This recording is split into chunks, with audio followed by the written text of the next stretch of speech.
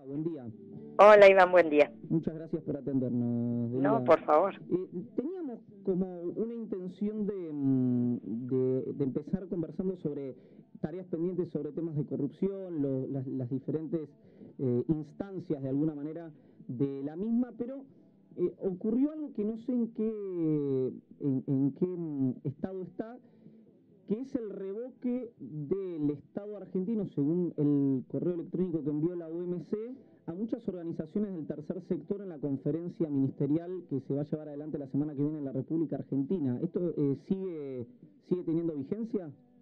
Entiendo que sí, según la información que ha circulado, es la reunión ministerial donde va a haber más representantes de la sociedad civil, cerca de 300 representantes de la sociedad civil, y este número de 60 y pico de personas son aquellas que el gobierno aparentemente habría bloqueado, digamos, en función de razones de seguridad. Entiendo que hay embajadores y gobiernos de países que han intercedido por algunas de estas organizaciones o personas y se estaría reviendo la situación caso por caso, pero no tengo información, más información que esta, digamos. Ok, pero sugerirían de alguna manera que el Estado revea la posibilidad de aceptar a esas organizaciones del tercer sector. Sí, hay incluso un comunicado encabezado por ADC, la Asociación de Derechos Civiles, solicitando la revisión, y lo que entiendo es que en algunos casos los embajadores correspondientes han pedido la revisión y se estaría analizando el caso, pero no tengo información oficial al respecto. Claro. Delia, bueno, nos metemos entonces, si le parece, en un tema que en la Argentina es infelizmente recurrente, que es el tema de la corrupción. Usted ha dicho más de una vez que es como el tango, que se baila de a dos, teniendo en cuenta, estimo que tiene que ver con los gobernantes, con el sector público, con la política y con el sector privado. ¿Cómo ve el proceso que se está desarrollando en Argentina, si es un genuino proceso de lucha contra la corrupción? Bueno, hay algunos avances que son objetivos, como la sanción de la Ley de Acceso a la Información Pública, que permite la apertura de datos y de información para que se ejerza un control ciudadano. Ese es un aspecto positivo. En cuanto a terminar con la impunidad en los casos de corrupción, estamos viendo que la justicia pareciera haberse despertado, digamos, y está llevando adelante con más ritmo algunos procesos que estaban paralizados. Eso también resulta positivo. El tema es siempre en los casos de juicios y de reacción de la justicia frente a los casos de corrupción, el tema central es cómo hacemos que esos cambios sean sustentables, para que después no nos pase que la justicia vuelva a adormecerse, como nos ha pasado en algunas épocas. Y eso sugiere la necesidad de cambios institucionales y de adecuación de las normas de procedimiento, por ejemplo.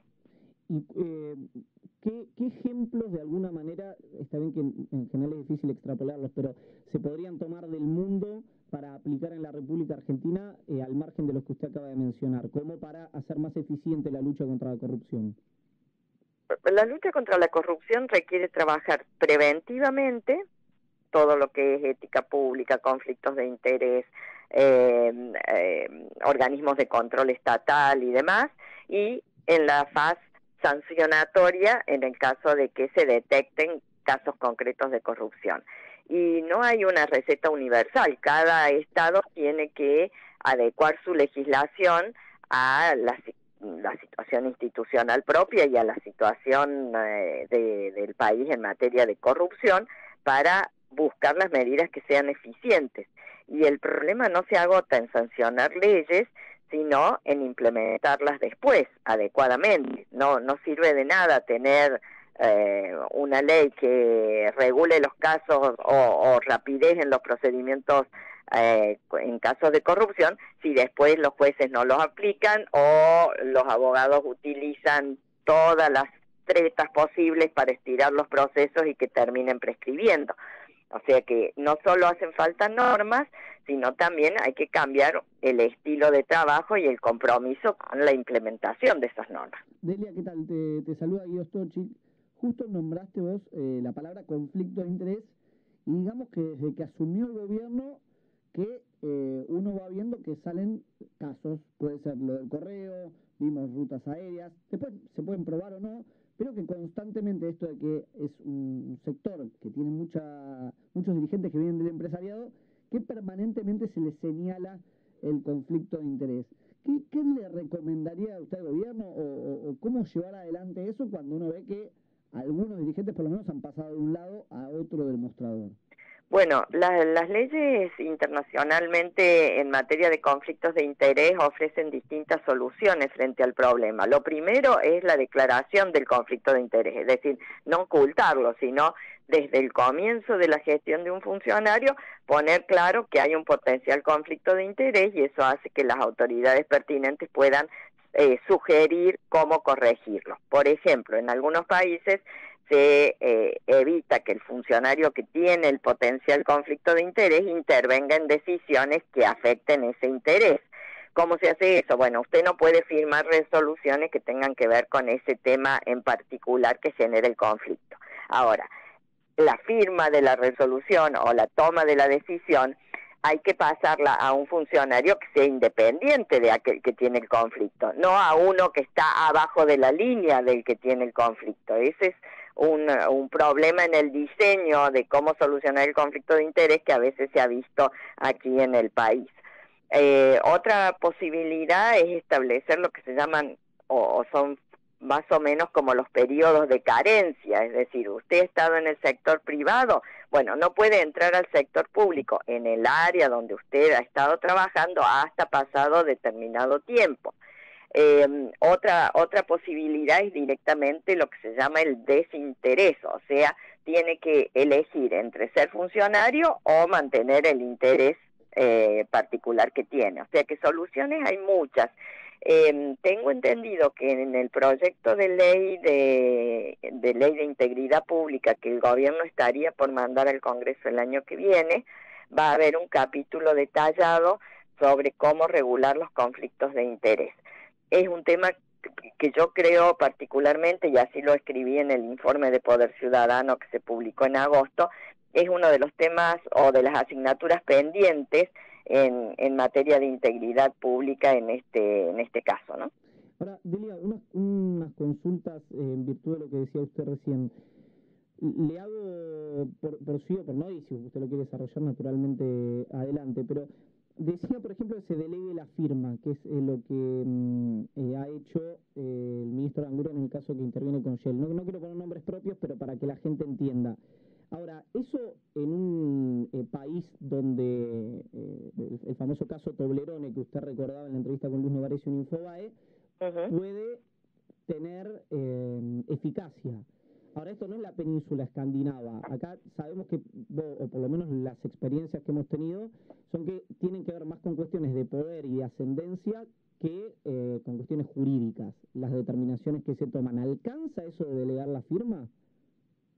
Bueno, en el caso de Aranguren, que es el que usted ha puesto, no solo se decidió eso, sino que se le pidió que vendiera las acciones de Shell. Eso es lo que decidió o sugirió la Oficina Anticorrupción. Es decir, que en ese caso se aplicó la solución de desinteresar, sacar el interés privado, que era el de tener acciones en una compañía petrolera en el área donde el funcionario, digamos, tomaba decisiones de política pública. O sea que se pueden aplicar muchas soluciones y lo que se trata es de que se garantice que las decisiones que toman los funcionarios públicos no estén influenciadas por sus intereses o los intereses de su familia o de su círculo de amigos. Claro. Y usted dice bien que nuestra cultura no es la misma de los países escandinavos, porque eso también tiene que ver, como les decía yo, con la implementación de las normas y con el compromiso que uno asume con las normas.